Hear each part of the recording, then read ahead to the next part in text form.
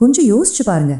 ஏன் குறைவான திறமை, குறைவான உழைப்பு கொண்ட சிலர் மட்டும் ரொம்ப சுலபமா அதிகாரத்தின் உச்சத்துக்கு போயிடுறாங்க? ஆனா நாள் முழுக்க உழைக்கிற பலருக்கு அந்த வாய்ப்பு கிடைக்கிறதே இல்லை. உண்மையில சொல்லணும்னா அதுக்கு காரணம் அவங்க திறமை கிடையாது, அவங்களுக்கு தெரிஞ்ச சில ரகசிய விதிகள். பல நூற்றாண்டுகளுக்கு முன்னாடி மறுமலர்ச்சி கால இத்தாலியோட அரசவைகள்ல உருவான சில இரக்கமற்ற ஆனா மிக துல்லியமான விதிகள் இருக்கு. இந்த விதிகள் இன்னைக்கு இருக்கிற நவீன கார்ப்பரேட் உலகத்துக்கும் அப்படியே பொருந்தும். நிக்கோலோ மாக்கியவெல்லியின் தத்துவங்களை அடிப்படையா வச்சு சமூக ஏணியில மேல ஏறுறதுக்கும் அதிகாரத்துல இருக்கிறவங்களோட எப்படி தொடர்பை ஏற்படுத்துறதுக்கும் தேவையான அந்த 13 ரகசிய விதிகளை தான் இந்த பகுப்பாய்வுல நாம ஆழமா பார்க்க போறோம். இது வெறும் தத்துவம் இல்லைங்க, மனித இயல்பை அப்படியே உரிச்சு காட்டும் ஒரு ஸ்ட்ராட்டஜி. இந்த ஒரு விஷயத்தை நாம முதல்ல தெளிவா புரிஞ்சுக்கணும். வெற்றிங்கிறது நாம எவ்வளவு திறமையானவங்க, எவ்வளவு ஹார்ட் ஒர்க் பண்றோம் அப்படிங்கிறத மட்டும் பொறுத்ததில்லை. மூடி இருக்கிற இந்த பெரிய கதவுகளை எப்படி திறக்கிறதுன்னு சில எழுதப்படாத ரகசியங்கள் இருக்கு. அந்த மெக்கானிக்ஸ் உங்களுக்கு தெரியும்பா அப்படிங்கிறதா இங்க விஷயம். அதிகாரத்துல இருக்கிறவங்க வாய்ப்புக்காக காத்துட்டு இருக்கிற எல்லாரு கூடயும் போய் கை கொடுக்க மாட்டாங்க. இந்த அதிகார விளையாட்டை எப்படி வேலை செய்யுதுன்னு தெரிஞ்சவங்க கூட மட்டும்தான் அவங்க இணைவாங்க. சரி, அந்த விளையாட்டோட விதிகள் என்ன? வாங்க ஒன்னொன்னா பார்ப்போம். இதுல முதல் கட்டம் அதிகார வட்டத்தை நெருங்குதல். அதாவது அந்த அதிகார கோட்டைக்குள்ள எப்படி உங்க முதல் அடியை எடுத்து வைக்கிறது. இதுதான் விதி எண் 1. நீங்க ஒருத்தருக்கு நெருக்கமாகணும்னு நினைச்சா முதல்ல அவங்களுக்கு பயன்படக்கூடிய ஒருத்தரா மாறுங்க. வரலாற்றை எடுத்து பாருங்களேன். ஒரு அரசவையில மன்னருக்கு நெருக்கமானவங்க யாருன்னு நினைக்கிறீங்க? ரொம்ப நல்லவங்களா? இல்ல, அந்த மன்னருக்கு இருக்கிற மிகப்பெரிய தலைவலிய, அரசியல் அழுத்தங்களை யார் சுலபமா தீர்த்து வைக்கிறாங்களோ அவங்க தான் மன்னருக்கு பக்கத்துல இருப்பாங்க. இது இன்னைக்கு இருக்கிற நவீன காலத்துக்கும் அப்படியே பொருந்தும். அந்த மேல்தட்டில் இருக்கிறவங்களுக்கு உங்களோட பர்சனாலிட்டியோ உணர்ச்சிகளோ தேவையே இல்லை. அவங்களுக்கு தேவையானது ஒன்னே ஒண்ணுதான், பயன்பாடு. அவங்களுக்கு இருக்கிற பல நூறு பிரச்சனைகள்ல உங்களால ஏதாவது ஒரு பிரச்சனையாவது தீர்க்க முடியுமா? அப்படி உங்களால அவங்க ஸ்ட்ரெஸ்ஸை குறைக்க முடியும்னா மட்டும்தான் அவங்க உங்களை அங்கீகரிப்பாங்க. இந்த உலகத்துல 2 விதமான ஆட்கள் இருக்காங்க. முதல் ஆள் இந்த தவிக்கும் மனிதன். எப்ப பார்த்தாலும் தனக்கு அது வேணும் இது வேணும்னு உதவி கேட்டுக்கிட்டே இருப்பார். இப்படி எப்பவுமே ஒரு தேவையை முன்னிறுத்துறது அவரோட மதிப்பை அடுத்த செகண்டே குறைச்சிடும். ஆனா 2வது ஆளை கவனிங்க. அவர் ஒரு தந்திரோபாய மனிதன். அவர் எதையும் வலிய போய் கேட்க மாட்டார். ஆனா அமைதியா அவரோட செயல்கள் மூலியமா அந்த இடத்துக்கு ரொம்ப முக்கியமான ஒரு அசெட்டா, ஒரு சொத்தா மாறிடுவார். அப்படிப்பட்ட ஒருத்தரை யாராலையும் புறக்கணிக்கவே முடியாது. அதிகாரத்தில் இருக்கிறவங்க வாய்க்கிழிய பேசுறவங்கள சீக்கிரமா மறந்துடுவாங்க. ஆனா தங்களோட வேலைகளை சுலபமாக்குனவங்கள ஒருபோதும் மறக்க மாட்டாங்க. விதி 3, எப்போதுமே பக்கவாட்டு கதவு வழியா நுழைங்க. நீங்க நேரடியா முன்கதவு வழியா போனா அங்க காவலாளிகள் இருப்பாங்க, உடனே வெளியே துரத்திடுவாங்க. அதுதான் யதார்த்தம். பழங்காலத்துல ஒரு மன்னரை பார்க்கணும்னா முதல்ல அங்க இருக்கிற அமைச்சர்கள், காவலர்கள் இவங்க கிட்ட நன்மதிப்பு பெறணும் இல்லையா? அதே லாஜிக் தான் கார்ப்பரேட் உலகத்திலையும். எடுத்த உடனே ஒரு சிஇஓவை நேரடியாக அணுக பார்க்காதீங்க.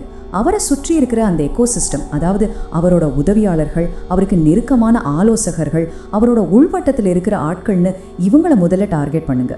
அவங்க கிட்ட நம்பிக்கையை உருவாக்குங்க. அந்த பக்கவாட்டு கதவு வழியா உங்க பேர் உள்ள போகும்போது மெயின் கதவு தானாகவே உங்களுக்காக திறக்கும். இப்ப நான் சொல்ல போறது மனித இயல்பின் ரொம்பவும் கசப்பான ஒரு உண்மை. இதுதான் விதி 12. மனிதர்கள் எப்பவுமே பரிவர்த்தனை அடிப்படையில தான், அதாவது தங்களோட சுயநலத்தின் அடிப்படையில தான் முடிவுகளை எடுப்பாங்க.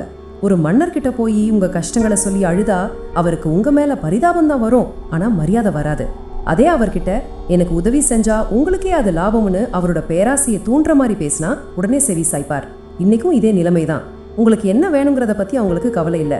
நீங்க ஒரு கோரிக்கையை வைக்கும்போது இதனால அவங்களுக்கு என்ன லாபம் அப்படிங்கிற அவங்க சுயநலத்தை மையப்படுத்தி அந்த விஷயத்தை முன்வைங்க. அதுதான் உண்மையான தந்திரம். சரி, இப்போ உள்ள போயாச்சு. அடுத்த கட்டம் 2, செல்வாக்கை உருவாக்குதல். அந்த உயர்மட்ட அறைக்குள்ள போனதுக்கு அப்புறம் உங்க அணுகுமுறையை எப்படி தந்திரமா மாத்தி அந்த அறையே உங்க கட்டுப்பாட்டுக்குள்ள கொண்டு வர்றதுன்னு பார்ப்போம்.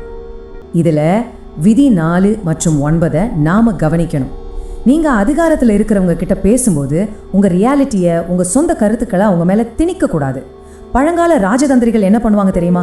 வேற ஒரு நாட்டுக்கு போனா அங்க இருக்கிற தலைவர்களை கவர அவங்களோட மொழி, அவங்களோட கலாச்சாரம், உடல் மொழி எல்லாத்தையும் அப்படியே பிரதிபலிப்பாங்க. நீங்களும் அதே பண்ணுங்க. ரொம்ப நுட்பமா அவங்க உலகத்துக்கு ஏற்ற மாதிரி உங்களை வளைச்சுக்கோங்க. அதே போல அவகாசங்களுக்காக பிச்சை எடுக்கிறதையும் அவங்க பின்னாடி ஓடுறதையும் நிறுத்துங்க.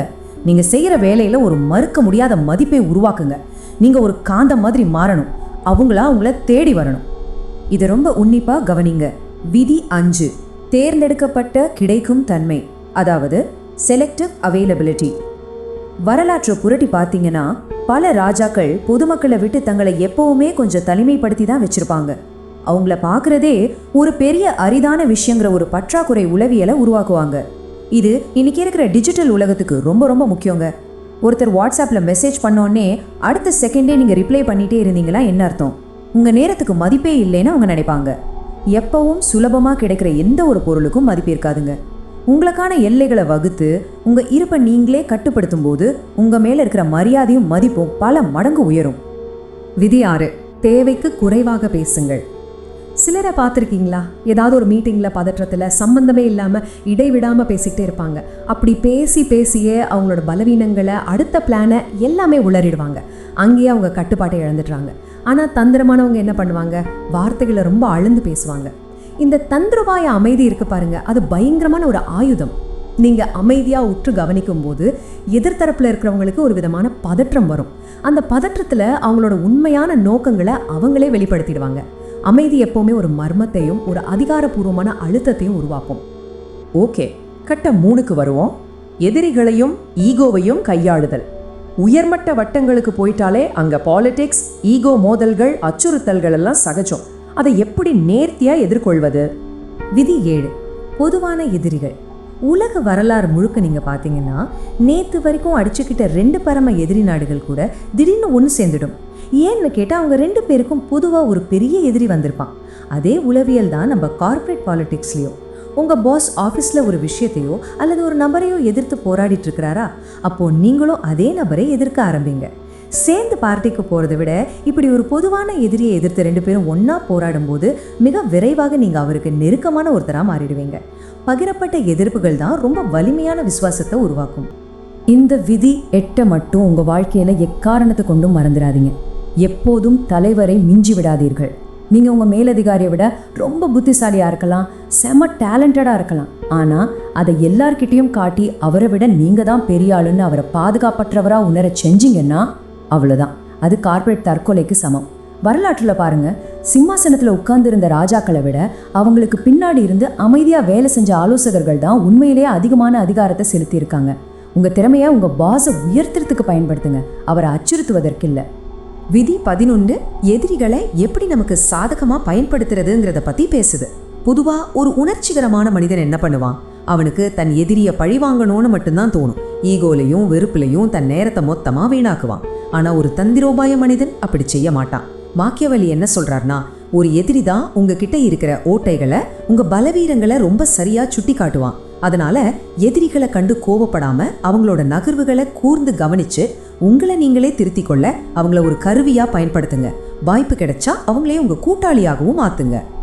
நாம இப்போ இறுதி பகுதிக்கு வந்துட்டோம். கட்டம் 4, நிலைத்தன்மை மற்றும் செயல்படுத்துதல். சமூக ஏணியில உச்சிக்கு போறது ஒரு விஷயம்னா அந்த அதிகாரத்தை தக்க வச்சுக்கிறது இன்னொரு விஷயம். அது தினமும் எப்படி செயல்படுத்துறதுன்னு பார்ப்போம். இந்த 3 விதிகளும் உங்க அதிகாரத்தை காப்பாற்றுற அரண்கள்னு சொல்லலாம். விதி 2 என்ன சொல்லுதுன்னா, உங்க முழு பிளானையும் உங்க ரகசியங்களையும் யாரிடமும் காட்டாதீங்க, உங்க நோக்கங்களை மறைச்சு வைங்க. அடுத்தது விதி 10, உங்க நற்பெயர் தான் உங்களுக்கு எல்லாமே. அதை ஒரு கவசம் மாதிரி உங்க உயிரை கொடுத்தாவது பாதுகாத்துக்கோங்க. ஏன்னா உங்க நற்பெயர் தான் பல கதவுகளை திறக்கும். ஒரு சின்ன சர்க்கிள் பல வருஷ உழைப்பை காலி பண்ணிடும். கடைசியா விதி 13, கேமோஃப்ளாஜ், அதாவது உருமறைப்பு. உங்களோட லட்சியங்களை சுமந்துக்கிட்டு தேவையற்ற கவனத்தை ஈர்க்காம சூழலுக்கு ஏற்ற மாதிரி உங்களை நீங்களே உருமறைப்பு செஞ்சுக்கோங்க. இந்த உருமறைப்பு கான்செப்டை நீங்கள் இன்னும் ஆழமாக புரிஞ்சுக்கணும். வரலாற்றில் பார்த்தீங்கன்னா, நான் ரொம்ப வித்தியாசமானவன், எனக்குன்னு தனி சிந்தனை இருக்குன்னு வெளிப்படையாக பொது வெளியில் காட்டிக்கிட்ட பல சுதந்திர சிந்தனையாளர்கள் மிக கடுமையாக தண்டிக்கப்பட்டிருக்காங்க. ஆனால் யார் புத்திசாலி தெரியுமா? சமூகத்துக்கு எப்படி ஒரு ஆள் தேவைப்படுறானோ அப்படி வெளிப்புறத்தில் சாதாரணமாக பழகிக்கிட்டு தனக்கு தேவையான அதிகாரத்தை அமைதியாக கைப்பற்றினவன் தான் புத்திசாலி. அதனால் உங்கள் சிந்தனைகள் உள்ளுக்குள்ளே எவ்வளோ வேணாலும் சுதந்திரமாக இருக்கட்டும், ஆனால் வெளியில் மற்றவங்களோட பார்வைக்கு நீங்கள் ரொம்பவும் சாதாரணமானவராக, கூட்டமாக இருக்கிற ஒருத்தராக உங்களை காட்டிக்கோங்க. இது உங்களை பல ஆபத்துகள்லேருந்து காப்பாற்றும். சரி, இவ்வளோ நேரம் நாம் பேசினதெல்லாம் தியரி.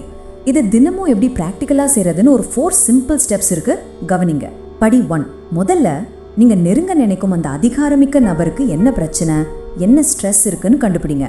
படி 2, அவங்கள நேரடியாக தொந்தரவு பண்ணாமல் அவங்க உதவியாளர்கள் வழியாக, அந்த பக்கவாட்டு கதவு வழியாக நம்பிக்கையை உருவாக்குங்க. படி 3, இதனால் உங்களுக்கு இதுதான் லாபம்னு அவங்க சுயநலத்தை தொடுற மாதிரி ஒரு தீர்வை சொல்லுங்க. படி 4, சும்மா எல்லா நேரமும் அவங்க கண்ணில் படாமல் செலக்டிவாக இருங்க. வார்த்தைகளை அளந்து தந்திரமா அமைதி காக்க பழகுங்க. இந்த 4 விஷயத்தையும் செஞ்சாலே அதிகாரத்துக்கான உங்க பயணம் ரொம்ப சுலபமாயிடும். இந்த விளக்கங்கள் எல்லாம் ஏதோ ஒரு பொழுதுபோக்குக்காக சொல்லப்பட்ட விஷயங்கள் கிடையாதுங்க. இதை வாழ்க்கையில செயல்படுத்தினா மட்டும்தான் இதன் முழு பலனும் உங்களுக்கு கிடைக்கும். இந்த 13 விதிகளும் நிஜ உலகத்துல மனிதர்கள் எப்படி செயல்படுறாங்கன்னு ரொம்ப தெளிவா உங்க முன்னாடி உரிச்சு காட்டியிருக்கு. நிறைய பேர் வழக்கம் போல இதையும் பார்த்துட்டு அப்படியே கடந்து போயிடுவாங்க. ஆனா ஒரு சில புத்திசாலிகள் மட்டும்தான் இதுல இருக்கிற விஷயங்களை பிடிச்சி தங்களோட வியூகங்களை மாத்தி சமூக ஏணியில வேகமா மேலே ஏறுவாங்க. இப்ப சொல்லுங்க, நீங்க எந்த பக்கம் இருக்க போறீங்க? நீங்க யார் என்பதை நீங்களே முடிவு பண்ணுங்க. ரொம்ப சுவாரஸ்யமான இன்னொரு பகுப்பாய்வில் உங்களை சந்திக்கிறேன்.